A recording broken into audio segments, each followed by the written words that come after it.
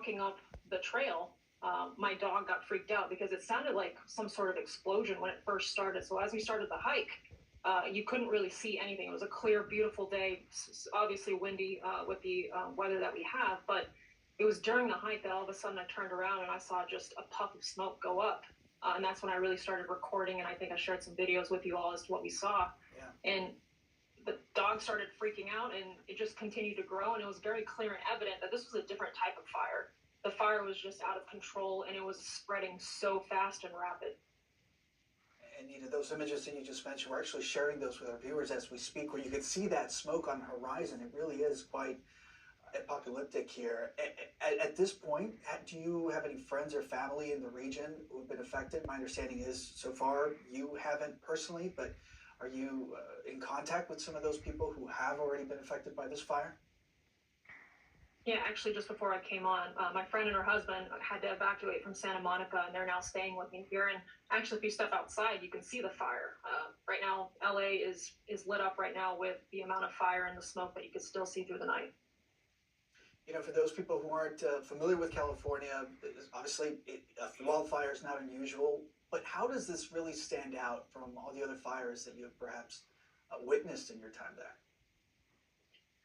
Yeah, so I saw the 2018 one. That was a little bit different because of the wind trajectory at that time. A lot of the soot and the smoke was coming back towards the residents. This time, not that there's any type of small victory in this type of situation, the air is actually pushing towards the ocean. So the residents aren't as covered in smoke this time compared to what it was like in 2019. 2021, not to compare these, it wasn't as bad as the 2019 one or the one we're actually currently experiencing. LA looks like an apocalyptic city right now, and I'm not sure what it's going to be overnight because the winds are very, very strong, and we could wake up to even more destruction than any of us right now realize with the dark night covering it all. As a resident there, can you tell me a little bit about what folks, at least residents, knew that was potentially coming? Was there heavy winds in the forecast? Were people told to prepare for the potential for a wildfire? Certainly not that anybody could have predicted this. Right. Well, there were warnings ahead of time, right? We were kind of told that to expect the Santa Ana winds, and we were actually told it would be up to 100 miles per hour. And when that typically happens at this time of year, when there hasn't been any rainfall, there was always going to be that high risk opportunity that a fire was going to spread. As a resident, I did not expect it to happen immediately as soon as it started. And also, no one could have predicted that the destruction would have been this bad, where Santa Monica is being evacuated at that point. And if Santa Monica is being evacuated, like, we know that this is significantly different than the previous ones. But in 2019, 2018, the smoke and the soot pretty much covered the entire city, and this time the air is actually going out towards the ocean. What's striking too is the contrast. You said something that our colleague Nick, on the ground, Nick Watt, had mentioned, is that it was really a picture-perfect morning. You went out for a swim, you went out for a hike.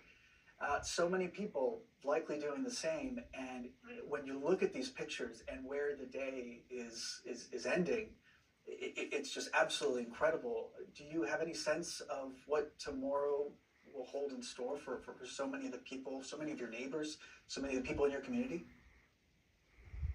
Yeah, well, right now the biggest concern on our side is the wind, right? And with the fire still uncontained, like, where is the wind going to whip the fires to? So there's a good chance that even in the middle of the night, we could be getting evacuation orders for us all to leave because they're unable to contain it. So tonight's going to be really about being on edge and being ready and prepared in the event that we do have to evacuate. But we hope that by morning, and we're thankful to all the firefighters for all the work that they're doing. This is obviously a pretty nasty situation, but from a resident standpoint, we just right now at this point have to be prepared and ready to move as quickly as possible while also not abandoning our cars in the middle of the road.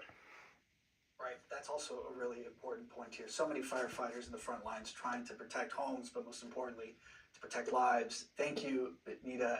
It's only 9:11 p.m. for you, so the night is just getting started. Thank you so much for your insight.